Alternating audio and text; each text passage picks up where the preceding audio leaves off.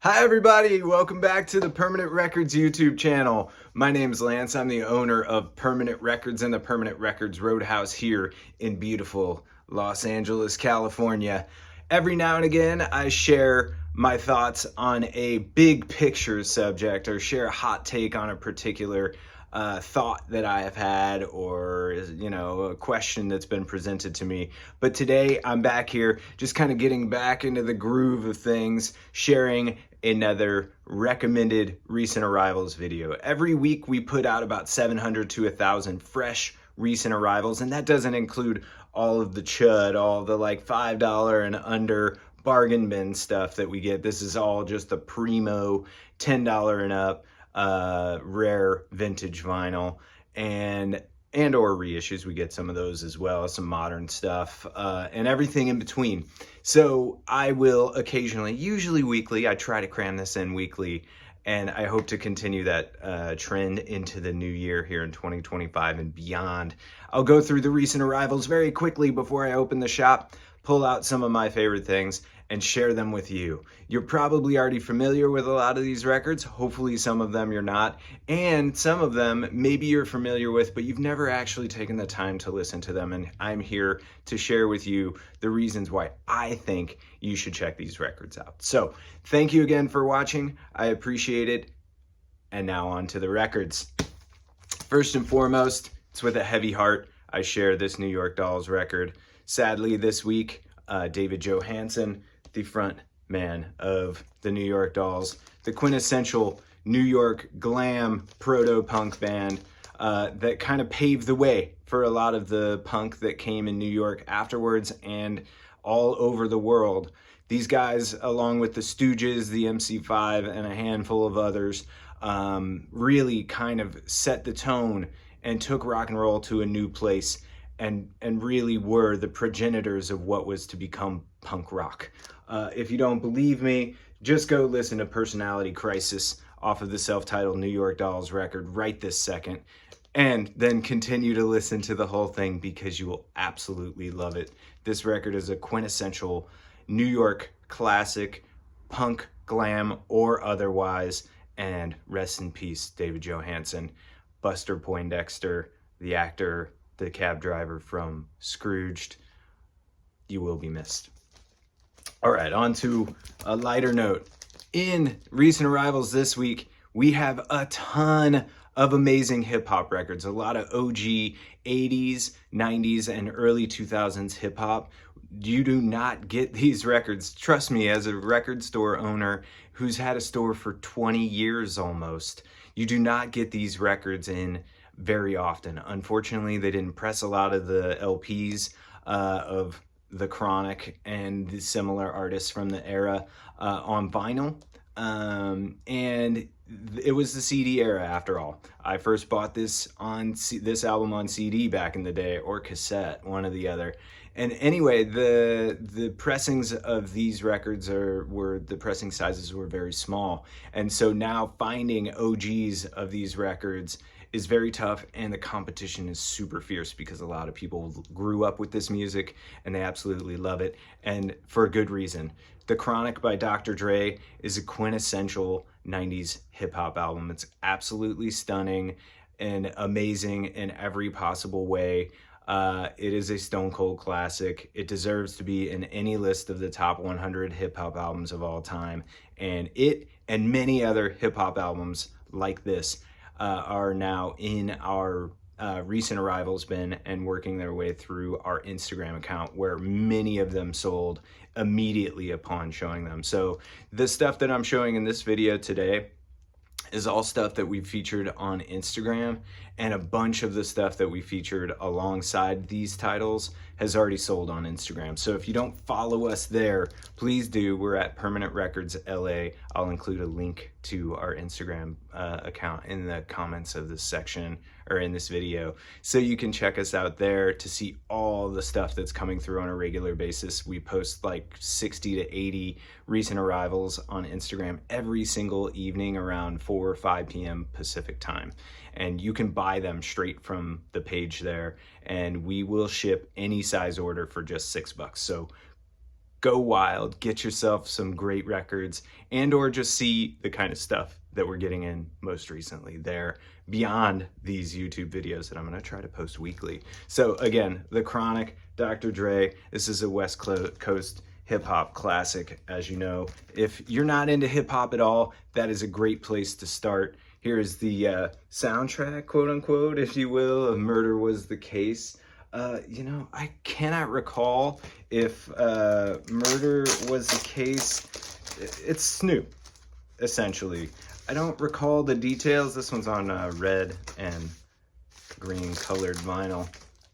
What the deal is with this, whether it's a compilation or what, but Murder Was the Case, I think, was one of the first Snoop tracks I ever heard. I saw the video on MTV back when I was a kid, and it absolutely blew me away. I love West Coast style hip hop. Snoop has this like super laid back delivery, and the production work is absolutely amazing on this stuff. Anything Snoop, especially in the 90s, is always recommended, especially from me. And here's another one who's, every time I see a Misdemeanor Elliott record, I'm taken back to the music video for Superfly. It was absolutely stunning visually. The music's amazing, and it samples Ann Peebles' I Can't Stand the Rain. That's another thing that's fun about hip-hop records in general, is like trying to pull out the samples and the source material from each track. Man, I can't. This album also one of the top 100 hip-hop albums of all time. If it's not included on that list, I would consider it sus. So that's in the recent arrivals as well. All right, let's get into some older music. So if you're not familiar with this Freddie Scott album, Are You Lonely For Me? Go check it out immediately. The title track is absolutely amazing, just soulful. Yeah, I mean, they don't call it soul music for nothing. It's absolutely just heart-wrenching, moving, emotional, and intense music in the most beautiful way. I forget what the sample is off this. Of course, I just grabbed these records out of the bins and I run this video. So tell me in the comments section below. I know there's a big sample off of this and I can't remember what it is, but if you're a hip hop head, you will definitely recognize that flip. All right, here's some cheap heat. Most Ramsey Lewis records are inexpensive. This one, Sun Goddess, is super inexpensive as well. I think we have this copy tagged at $8. And I mean, look at that album cover. Why would you not want to own that immediately upon seeing it in the bins? And you would not be wrong to pick this up based on the album art. This is a super funky jazz record, and I can't recommend it enough. It's the best $8 you will ever spend. All right, let's get into some more, some different stuff here. I'm gonna just mix this up so this video flows a little bit better. All right. Also, in the cheap heat department, we had this Flash in the Pan record. I saw this record in dollar bins for the majority of my collecting life. I never gave it the time of day, and recently my girlfriend turned me on to a couple of tracks and I was like, damn, this is a sleeper new wave record. This Flash in the Pan record, Headlines is another title of theirs, and maybe one other LP, are all worth your attention, especially if you like super fun new wave. Highly recommended Flash in the Pan. Speaking of new wave, we got some Devo in the recent arrivals. Devo probably doesn't need to be featured here. I'm sure you've all heard Whip It and the other hits. My favorite track on this album is called Gates of Steel. I think it's the lead-off track on side 2. Yep. And it is so triumphant that it's undeniably inspiring. Devo are very underrated. I think, you know, their costumes and music videos and, you know, the cheekiness kind of make a lot of people think of Devo as a novelty act. They most certainly were not. Devo started as a DIY art punk band in Ohio, and they ended up becoming some of the greatest songwriters in the new wave genre. Mark Mothersbaugh is an absolute genius, and Freedom of Choice is my Devo record of choice. Not just because of Whip It and Girl You Want and all the other tracks, but Gates of Steel. If you listen to just one Devo song in your life, make it Gates of Steel and tell me you don't want to hear a little bit more. Speaking of Ohio, we have this Akron comp on the Stiff Records label. This is a really great compilation of new wave and post-punk that came out of Akron, Ohio at the time. I think this was released in the early 80s, mid 80s at the latest, maybe even the early 70s. Anyway, this compilation features a lot of the artists that got their start on Clone Records. And if you're not familiar with the Clone Records label, go back and check out the video that I did on that one. I won't speak any more about it here. But this compilation on Stiff out of the UK features Clone artists, The Waitresses, Tin Huey, Rubber City Rebels, The Bizarros, and then about a half dozen or other artists from Akron, Ohio that were also making amazing music at the time from the Rubber City. Amazing. Speaking of new wave, this is going to be a slightly new wave heavy video. I have the Medium album, The Glitter House. I don't know that much about Medium, aside from the fact that every time I hear So Hungry, So Angry, I'm like, oh my gosh, Medium, I need to put that album on again.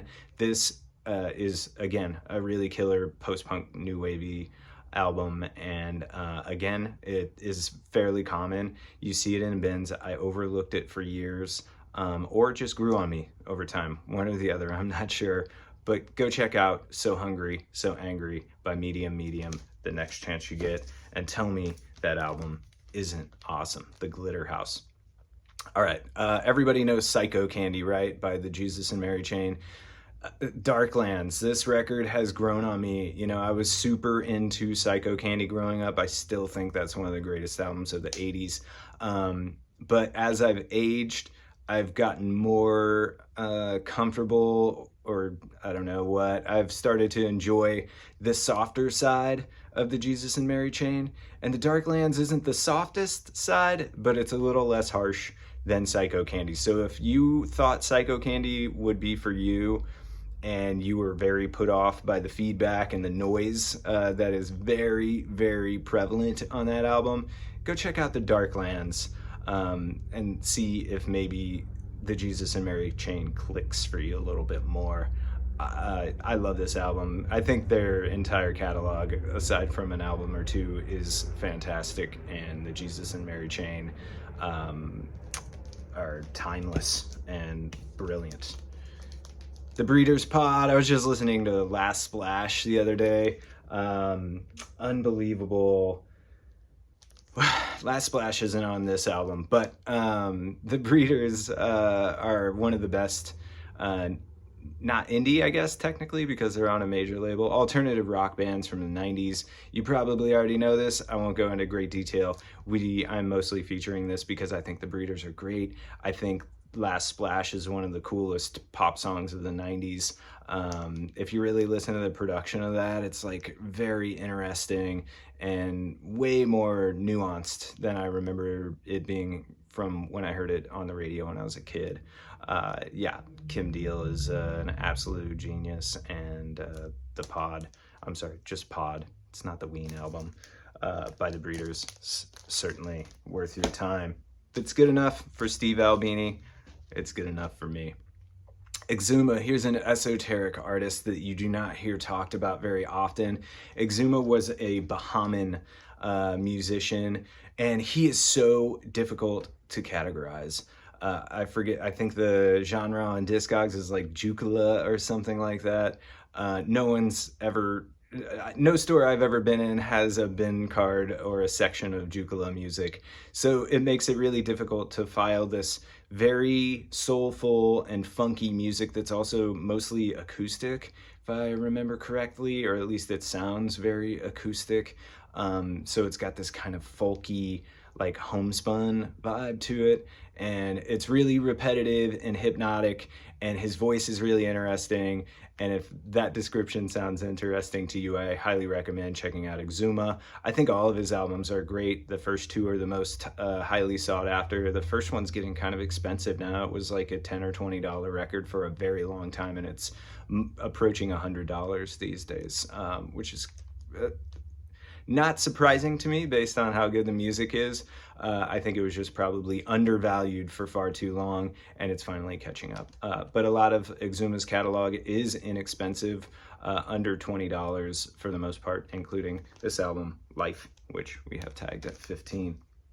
It also happens to be an import of some sort. All right, we'll get into some more psyche things.